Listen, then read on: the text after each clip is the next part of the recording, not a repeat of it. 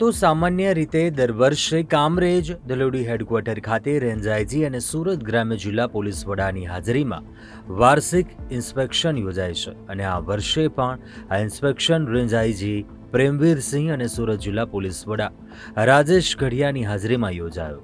આ વાર્ષિક પરેડ જોવા માટે મોટી સંખ્યામાં પોલીસ પરિવારના સભ્યો આમ જનતા મોટી સંખ્યામાં હાજર રહી। વાર્ષિક પરેડની શરૂઆત અશ્વ parade, police parade, checkpost, demonstration, આંદોલન વિખેરવા પોલીસ કાર્યવાહી તેમજ આતંકવાદીની ચુંગાલમાંથી છોડાવવા પોલીસ કાર્યવાહી મુદ્દે મોક ડ્રીલ યોજાઈ હતી। આજરોજ સુરત ગ્રામ્ય પોલીસનું વાર્ષિક ઇન્સ્પેક્શન ગલુડી પોલીસ હેડક્વાર્ટર ખાતે કરવામાં આવેલ છે। આ પોલીસ ઇન્સ્પેક્શન દરમિયાન સુરત ગ્રામ્ય જિલ્લાની તમામ પોલીસ અને એસપી શ્રી ના નેતૃત્વમાં સવારે પરેડનું આયોજન કરવામાં આવેલ। તે ઉપરાંત વિભિન્ન આઉટડોરની એક્ટિવિટીઝ કરવામાં આવેલી, જેમાં ચેકપોસ્ટના ડેમોન્સ્ટ્રેશન, મોબ કંટ્રોલ કરવાના demonstrations, horse show, dog show અને બીડીડીએસ ટીમ દ્વારા એક્સપ્લોઝિવ શોધવાની કામગીરીના ડેમોન્સ્ટ્રેશન વગેરે ખૂબ જ સારી રીતે કરવામાં આવેલ છે। એ ઉપરાંત છેલ્લા અમુક સમયમાં સુરત ગ્રામ્ય પોલીસના અધિકારીઓ અને જવાનો દ્વારા ગુનાઓ ડિટેક્ટ કરવામાં અને કોર્ટમાં ગુનાઓને સાબિત કરીને આરોપીઓને સજા અપાવવાની જે સરાહનીય કામગીરી કરેલ છે, એવા 21 જેટલા પોલીસ અધિકારી અને કર્મચારીઓને સવારે પરેડ ગ્રાઉન્ડ ઉપર સન્માનિત પણ કરવામાં આવેલ છે। કામરેજ ખાતે યોજાયેલ વાર્ષિક ઇન્સ્પેક્શન દરમિયાન પોલીસ દ્વારા કરવામાં આવતી કામગીરી, પોલીસ જેટલી એલર્ટ છે તે માટે અલગ અલગ 3 મોક ડ્રીલ યોજાઈ, જેમાં સુરત ગ્રામ્ય વિસ્તારમાં લૂંટ થાય છે અને લૂંટના વાયરલેસ મેસેજ જિલ્લાના બધા જ પોલીસ સ્ટેશનમાં પહોંચે છે। આખા જિલ્લામાં પોલીસ નાકાબંધી કરે છે અને કારમાં સવાર લૂંટારાઓને પોલીસ મુદ્દામાલ સાથે ઝડપી પાડે છે, તે પ્રકારેની પણ મોક ડ્રીલ થઈ હતી। સુરત જિલ્લામાં જ્યારે લૂંટની ઘટના બનતી હોય છે ત્યારે પોલીસ કઈ રીતે કામ કરતી હોય છે, આપ દ્રશ્ય જોઈ રહ્યા છો। હાલ મોકડ્રીલ જે યોજાઈ રહ્યું છે, લૂંટ કરીને જે કાર છે તે નીકળી છે અને તેને નાકાબંધી કરવામાં આવી છે। પોલીસ દ્વારા ચેકપોસ્ટ પર નાકાબંધી કરવામાં આવી છે અને જે રીતના દ્રશ્ય આપ જોઈ રહ્યા છો, પોલીસ છે તે હાલ જે ગાડી છે તેને અટકાવવામાં આવી છે અને પોલીસ પાસે એક મેસેજ હતા કે લૂંટ થઈ છે અને લૂંટના આરોપી ગાડી લઈને નીકળ્યા છે અને તેને પકડવા માટે પોલીસે નાકાબંધી કરી હતી।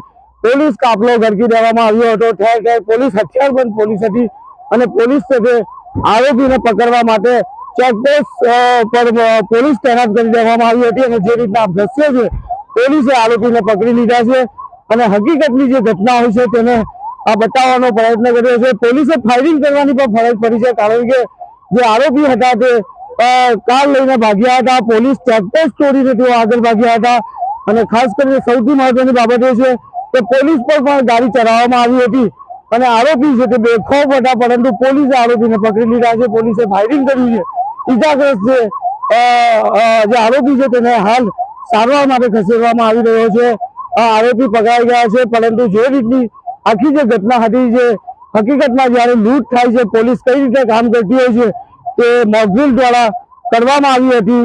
કેવા પડકાર હોય છે, કેવા જોખમ હોય છે અને આવા જોખમ વચ્ચે પોલીસ કેવી રીતના કામ કરતી હોય છે તેનું આ મોક ડ્રીલ યોજાયું હતું। આરોપી દ્વારા જે રીતે પોલીસ પર હુમલા કરી દેવામાં આવતા હોય છે અને પોલીસ છે તે જીવના જોખમે કઈ રીતે કામ કરતી હોય છે તેનું આ મોક ડ્રીલ પૂરું કરવામાં આવ્યું હતું।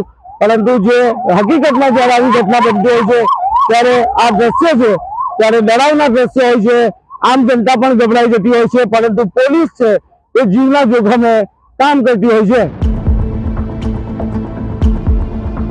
સામાન્ય રીતે સરકાર સામે કોઈના કોઈ કારણોસર આંદોલન જનતા કરતી હોય છે, ત્યારે આ આંદોલન પણ સૂત્રોચ્ચારથી શરૂ થાય છે અને અચાનક ક્યારેક આંદોલન ઉગ્ર પણ બની જતા હોય છે।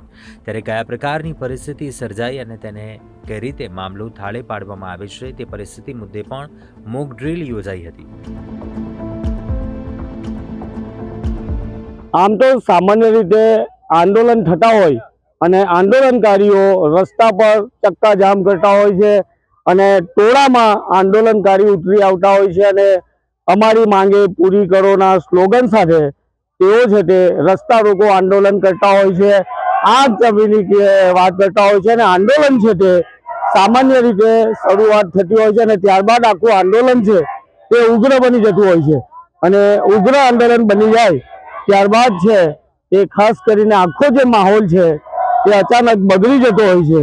કારણ કે આ આંદોલનકર્તાઓ છે તે આંદોલનકર્તાઓ જ્યારે આંદોલન કરતા હોય છે ત્યારે ખાસ કરીને સૌથી મહત્વની બાબત એ છે કે આંદોલનકારીઓ જ્યારે આંદોલન કરતા હોય છે અને આંદોલનોને વિખેરવા માટે જ્યારે પોલીસ છે તે બળ પ્રયોગ કરતી હોય છે, પણ પોલીસ છે તે આંદોલનકારી હોય છે તેની પાસે પોલીસ આવી જતી હોય છે અને ત્યારબાદ છે ત્યાં પથરાવ શરૂ થતો હોય છે. આંદોલન જે કરનારા હોય છે, જે ટોળું હોય છે તે પથરાવ કરતું હોય છે અને આ પથરાવના કારણે પથ્થરમારો શરૂ થઈ જતો હોય છે. એટલે આ પથ્થરમારો છે તે સીધો પોલીસ પર પથ્થરમારો થઈ જતો હોય છે. કારણ કે હંમેશા પોતાનું જે આંદોલન છે તે પોલીસ અને જે આંદોલનકારી હોય છે તેના વચ્ચે ઘર્ષણ થતું હોય છે અને આંદોલન અલગ અલગ પ્રકારના હોય છે. પોતાની માંગને લઈને આંદોલન થતું હોય છે અને આ જ પરિસ્થિતિનું નિર્માણ થતું હોય છે, આ જ પરિસ્થિતિ સર્જાતી હોય છે.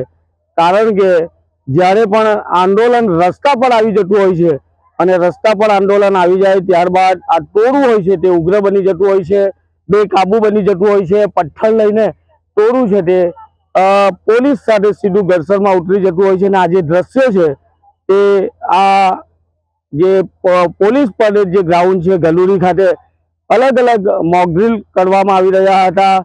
પહેલું એક જે મોકડ્રીલ હતું તે આપણે જોયું છે કે લૂંટ કરીને જે આરોપી ભાગ્યો હતો તેને પોલીસે પોતાના જીવના જોખમે આરોપીને પકડી લીધો હતો, ફાયરિંગ કર્યું હતું અને ત્યારબાદ ઈજાગ્રસ્ત આરોપીને પકડીને સારવાર માટે મોકલી આપવામાં આવ્યો હતો.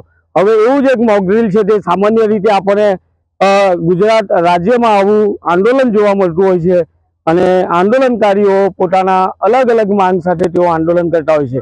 ખાસ કરીને આંદોલનકારીઓ છે તે આંદોલન કરતા હોય છે તેના કારણે આંદોલનકારીઓ ઉગ્ર બની જતા હોય છે અને ઉગ્ર બનવાના કારણે આપણે જે રીતે પોલીસ સાથે સીધી સંઘર્ષ થતી હોય છે અને એના કારણે પથરાવ થતો હોય છે અને જ્યારે ટોળામાં પોલીસ પર પથરા મારવામાં આવતા હોય છે ત્યારે કોને ઈજા થાય છે?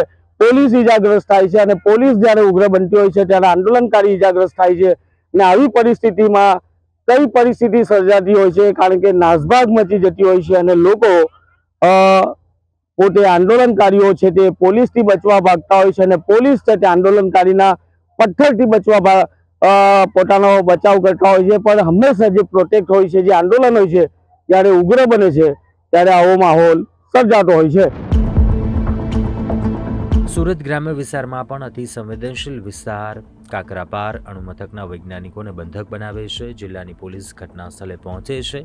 આતંકવાદીને પકડી બંધકને સુરક્ષિત કેવી રીતે છોડાવે છે તેની પણ મોક ડ્રીલ યોજાઈ હતી. આ સાથે જ આંદોલન ક્યારેક ઉગ્ર બની જાય અને પરિસ્થિતિ સર્જાય છે તે મુદ્દે પણ પોલીસ દ્વારા મોક ડ્રીલ યોજાઈ હતી.